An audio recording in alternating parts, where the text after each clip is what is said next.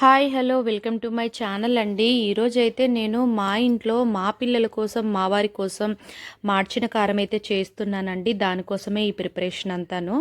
నేనైతే ధనియాలు వేయించుకున్నానండి. కొంచెం ఒక స్పూను ఆయిల్ వేసి తర్వాత మినపప్పు వేయించుకున్నాను, దోరగా వేయించుకున్నాను అనమాట. ఇలా వేయించేసుకొని నేను ఇంకా దాన్నైతే ఇంకో గిన్నెలో అయితే తీసుకున్నానండి.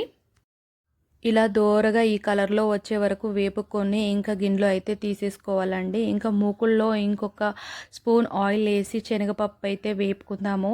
ఈ శనగపప్పును కూడా ఇదే విధంగా ఇదే కలర్లో వచ్చేట్టుగా వేపుకోవాలండి, మాడిపోకుండా చిన్న మంటతో వేపుకోవాలన్నమాట. దీన్ని అయితే ఇలా వేపేసుకొని ఇంకా వేరే గిన్నెలో అయితే తీసేసుకుందాము ఇలాగనమాట. ఇంకా బాండీలో అది కొంచెం ఆయిల్ ఉంది కదండి, ఆ జీలకర్ర కూడా వేపి తీసేసుకుందాము. ఇంకా ఇలా వేపుకోవాలండి. ఇదంతా ఇలా ఈ కలర్లోకి రావాలి. సన్న మంట పైన పెట్టుకోవాలన్నమాట. ఇలా తీసేసుకుందాం మనమైతే. ఇప్పుడు ఇదే బాండిలో కడుక్కున్న ఈ ఎండుమిర్చిని అయితే మనము ఇలా వేపుకోవాలి. ఆయిల్ అయితే వేయకూడదు, వాటర్ ఉంటుంది కాబట్టి ఆ వాటర్ అంతా పీల్ చేసుకొని డ్రై అయిపోతాయి అన్నమాట. అందువల్ల మనము ఇలా వేపేసుకొని తీసేసుకుందాము. ఇదే బాండిలో మళ్ళీ ఒక స్పూన్ ఆయిల్ వేసి మనము వెల్లుల్లి రెబ్బలు, కరివేపాకు, శొంఠి ఒక చిన్న ముక్కండి, దాన్ని ఇలా కొట్టేసుకొని నలుపుకొని అందులో వేసేసుకొని దగ్గరగా దోరగా వేయించుకోవాలండి. ఇలా వేపుకున్న తర్వాత దీన్ని కూడా మనము చూడండి ఇలా అయితే వేపుకోవాలండి. ఇలా వేపేసుకొని మనం దీన్ని కూడా తీసేసుకుందాం. ఇంకా ఇవన్నీ వేపుకున్నాం కదండి, ఇవన్నీ ఇంకా మిక్సీకి వేసుకుందామండి. చూడండి ప్లేట్ అయితే ఎంత కలర్ఫుల్గా కనిపిస్తుందో, నాకైతే చాలా బాగా అనిపిస్తుంది. ఈ పప్పులైతే మనం ఈ చిన్న జార్లో తీసేసుకొని మనమైతే మిక్సీకి వేసుకుందామండి. తర్వాత ఈ ఎండుమిర్చి పట్టేసుకుందాం అనమాట. ఈ పప్పులైతే మనం ఒకసారి మిక్సీకి వేసుకుందామండి. మిక్సీకి వేసుకున్న తర్వాత మళ్ళీ చూపిస్తాను.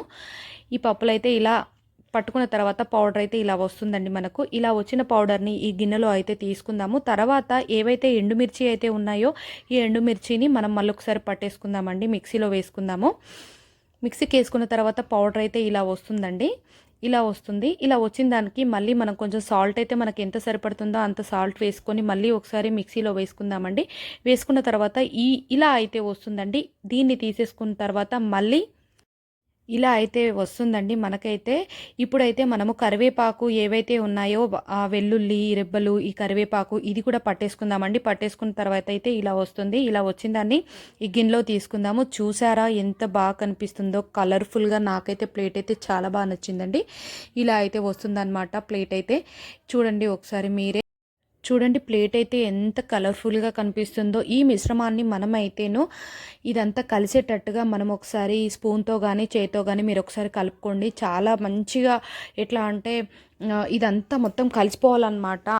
నాకైతే ఫ్రెండ్షిప్ డే రోజు మా తమ్ముడు మా వారైతే ఈ ఫ్రెండ్షిప్ బ్యాండ్స్ ఇచ్చారండి. ఇప్పుడైతే మనం బాండీ పెట్టేసుకొని మనమైతే ఇది ఒకసారి అంతా వేపుకోవాలన్నమాట. ఆయిల్ వేసుకొని సరిపడంత ఆయిల్ వేసుకొని ఆవు నెయ్యి అయితే వేసుకున్నానండి, ఇంట్లో ఉంది.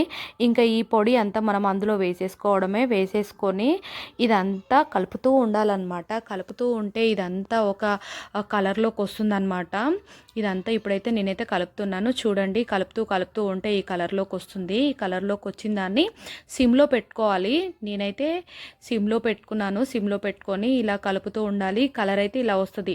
ఇది ఏంటంటే మనము ఇడ్లీలోకి అయినా లేకపోతే వేడివేడి అన్నంలోకైనా బాగుంటుందండి. ఇంట్లో అందరికీ ఫీవర్స్ వచ్చాయి కాబట్టి ఒక్క ముద్ద ఈ కారంతో తింటే నోటికి రుచి తెలుస్తుందని చేశానన్నమాట ఇంట్లో.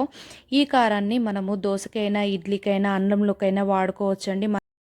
మీరు కూడా ఒకసారి ట్రై చేయండి. ఇంతవరకు వీడియో చూసినందుకు థ్యాంక్ యూ సో మచ్ అండి. Please subscribe my channel.